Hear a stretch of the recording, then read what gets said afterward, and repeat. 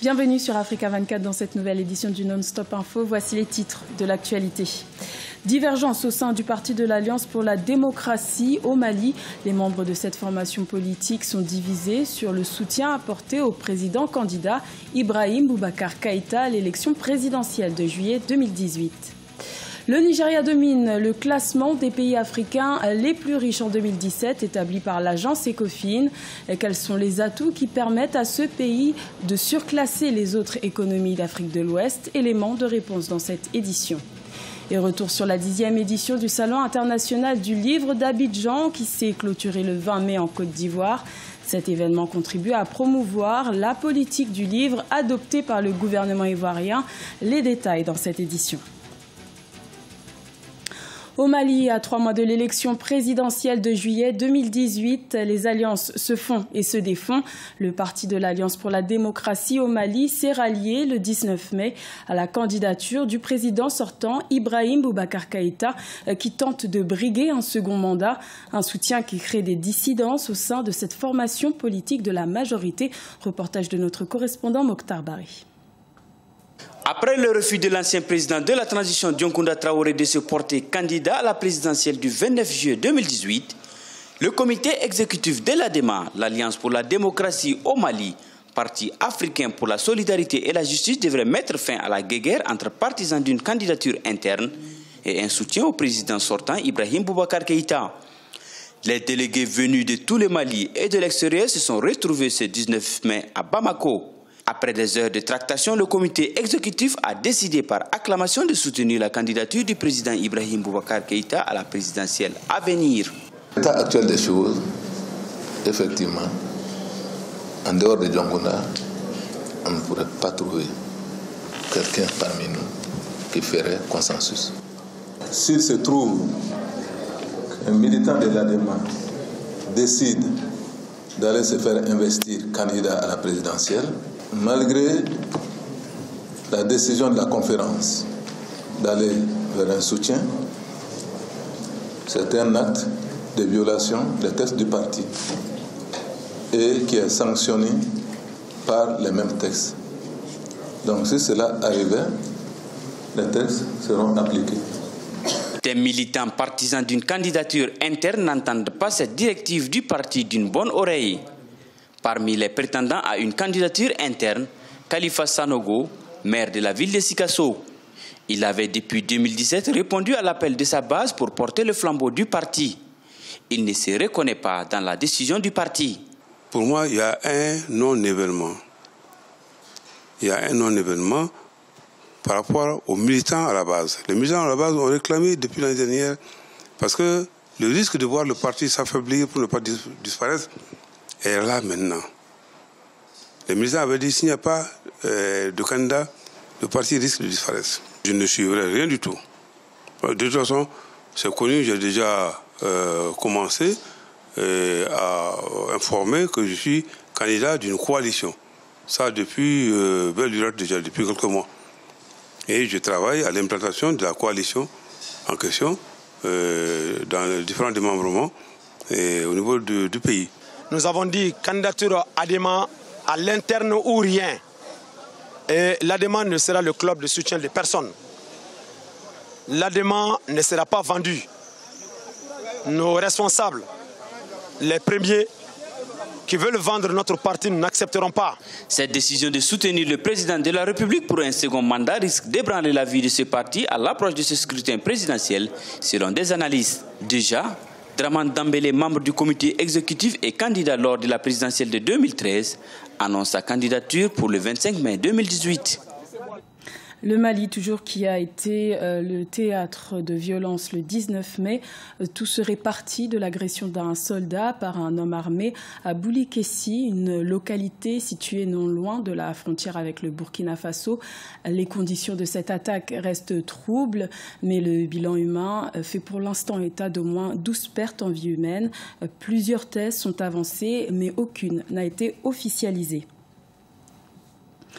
Le Cameroun célébrait ce dimanche 20 mai la 46e édition de la fête de l'unité nationale, l'occasion de célébrer le vivre ensemble entre le Cameroun francophone et le Cameroun anglophone.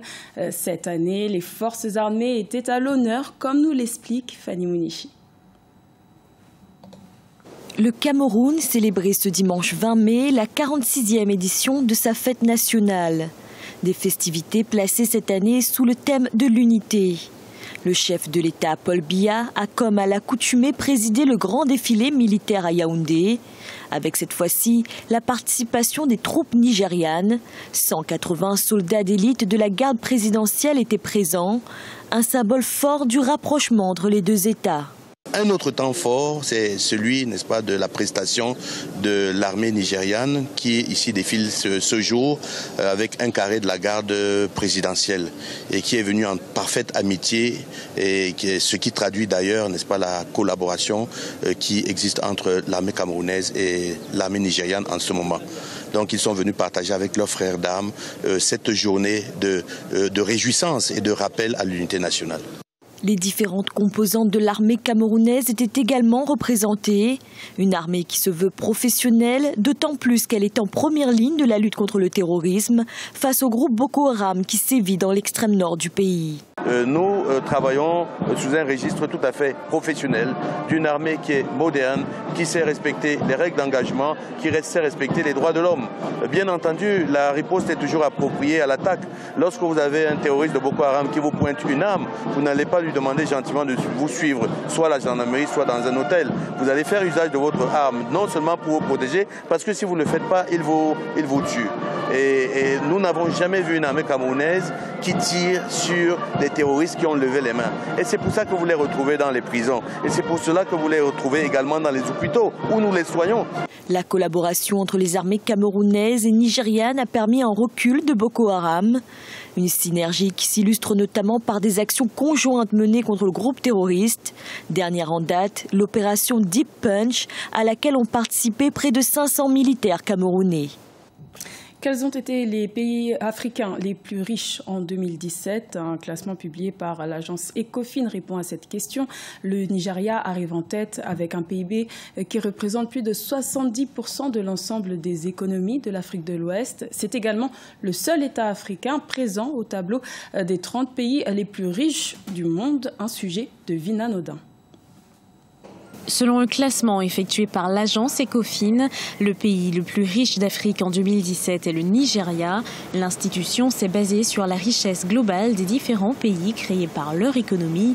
En s'appuyant sur les données de la Banque africaine de développement, le Nigeria trône en première position, principalement grâce à sa production pétrolière. Son PIB représente plus de 72% de l'ensemble des économies de l'Afrique de l'Ouest. Ils ont diversifié leur économie. Ils se sont lancés dans la fabrication de produits manufacturés qui généralement n'étaient pas fabriqués en Afrique. Et ils ont commencé à inonder le marché africain avec ça. Et à mon avis, c'est ça la source de leur richesse par rapport aux autres pays africains.